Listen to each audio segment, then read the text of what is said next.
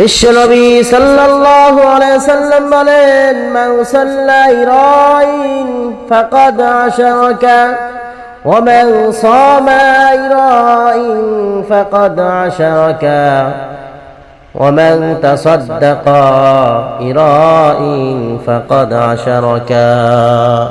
নবীজি সাল্লাল্লাহু আলাইহি ওয়াসাল্লাম বলেন, যারা নামাজ দেখানোর জন্য পড়ে তারা হলো মুশরিক, তারা শিরক করলো, তারা মুশরিক হয়ে গেল। সমাজের ভিতরে এমন লোক আছে নামাজ পড়তে চায় না, মেম্বার হয়েছে, চেয়ারম্যান হয়েছে, বা বাড়ির সকলে নামাজ পড়ে, আর আমি যদি নামাজ না পড়ি তাহলে কেমন দেখায়। লোক দেখানো নামাজ পড়াটা মুশরিকের অন্তর্ভুক্ত।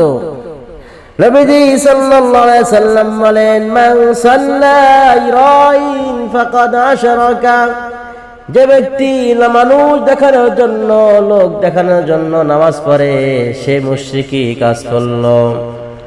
ওয়া মান সামা ইরাইন ফাকাদ আশরাকা, আর যে ব্যক্তি লোক দেখানোর জন্য রোজা রাখে, এমন আল্লাহর বান্দা বান্দিরা আছে যে রোজা রাখতে চাই না, বাড়ির সকলে রোজা রাখে, আমি রোজা না রাখলে কেমন হয়?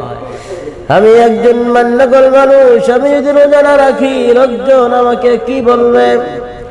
এমন আল্লাহর বান্দা আছে মানুষ দেখানোর জন্য রোজা রাখে, এদের আল্লাহর নবী বলেন, মান সামা ইরাইন ফাকাদ আশরাকা, যে ব্যক্তি লোক দেখানোর জন্য রোজা রাখে, সিয়াম করে, সিয়াম করলো, সে যেন মুশরিক করলো। আল্লাহ রাসূল সাল্লাল্লাহু আলাইহি ওয়াসাল্লাম বলেন, দুনিয়ার মধ্যে এমন বান্দা আছে যারা দান করে খোটা দেয়।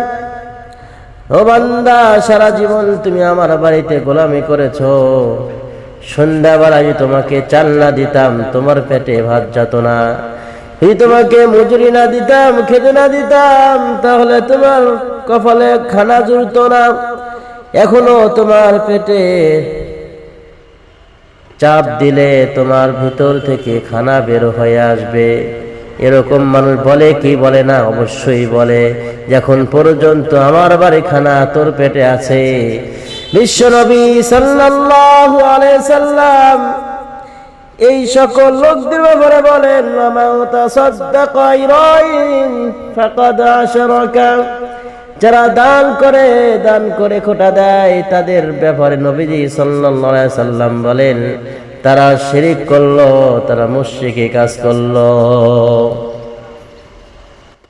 আল্লাহ রাব্বুল আলামিন বলেন, ওয়ালা তাহাদ্দুনা আলা তুআমিল মিসকিন, যারা দরিদ্র অসহায় ইতিমদেরকে খাদ্য দান করিতে উৎসাহ করে না, যারা ইতিম সন্তানদেরকে, ইতিমদেরকে, অসহায় দরিদ্র মানুষদেরকে যারা ঘাড় ধাক্কা দিয়ে বের করে দেয়, তাদের বিরুদ্ধে আল্লাহ রাব্বুল আলামিন বলেন, যারা ইতিম অসহায়দেরকে খানা দান করে উৎসাহ করে না, তাদেরকে আল্লাহ রাব্বুল আলামিন জাহান্নামে নিক্ষেপ করবেন।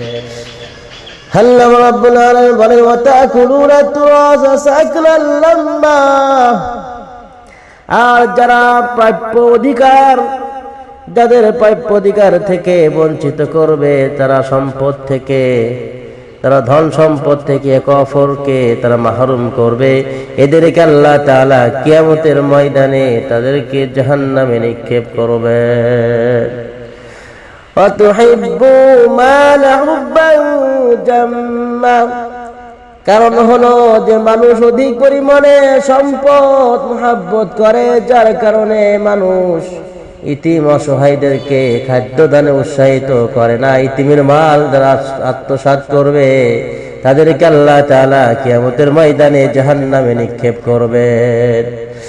মুসলমান, এখনো সময় আছে, তওবা করো, আল্লাহর রাস্তায় ফিরে আসো। যারা ইতিমের মাল আত্মসাৎ করেছো, আল্লাহ তাআলার কাছে তওবা করো, ইতিমের মাল ফেরত দাও। এক একটা সম্পদ তোমার জন্য জাহান্নামের আগুন হয়ে দাঁড়াবে। আল্লাহ নবী সাল্লাল্লাহু আলাইহি সাল্লাম বলেন, মা আসফালা মিনাল কাবাইনি মিনাল লিজারি ফিন্নার। আল্লাহ তাআলা ওই সমস্ত বান্দাদেরকে জাহান্নামে নিক্ষেপ করবেন যেই পুরুষের অঙ্গটা পায়জামা বা লুঙ্গির দ্বারা ঢেকে থাকবে, গিরার নিচে পড়বে, তাদেরকে আল্লাহ তাআলা কিয়ামতের ময়দানে জাহান্নামে নিক্ষেপ করবেন। ومن يعمل مثقال ذرة خيرا يره। এক জাররা পরিমাণ যে গুনাহ নিয়ে কবরে যাবে তাকে আল্লাহ তাআলা জাহান্নামে গ্রেফতার করবেন। আল্লাহ রাব্বুল আলামিন জানিয়ে দিল, বান্দা সানুআযিবুহুম মাররাতাইন, ও বান্দা আমি বান্দার মৃত্যুর পর আমি মানুষকে দুবার শাস্তি প্রদান করব। একবার শাস্তি দেব কবরের জগতে, আর একবার শাস্তি দেব হাসরের ময়দানে অর্থাৎ জাহান্নামে। তাদেরকে আমি পরকাল জিন্দেগিতে জাহান্নামে নিক্ষেপ করব। মুসলমান নবীজি সাল্লাল্লাহু আলাইহি সাল্লাম বলেন, কবরে বিভিন্ন ধরনের শাস্তি হয়, তার মধ্যে সর্বাপেক্ষা ছোট হালকা শাস্তি হলো কবরের দোপাশ এমন ভাবে মিলিত হয় যার ভিতরে এক চুল পরিমাণ ফাঁকা রয় না। নবীজি সাল্লাল্লাহু আলাইহি সাল্লাম বলেন, যার কারণে মৃত ব্যক্তির হাড়গুলো চূর্ণ বিচূর্ণ হয়ে যায়,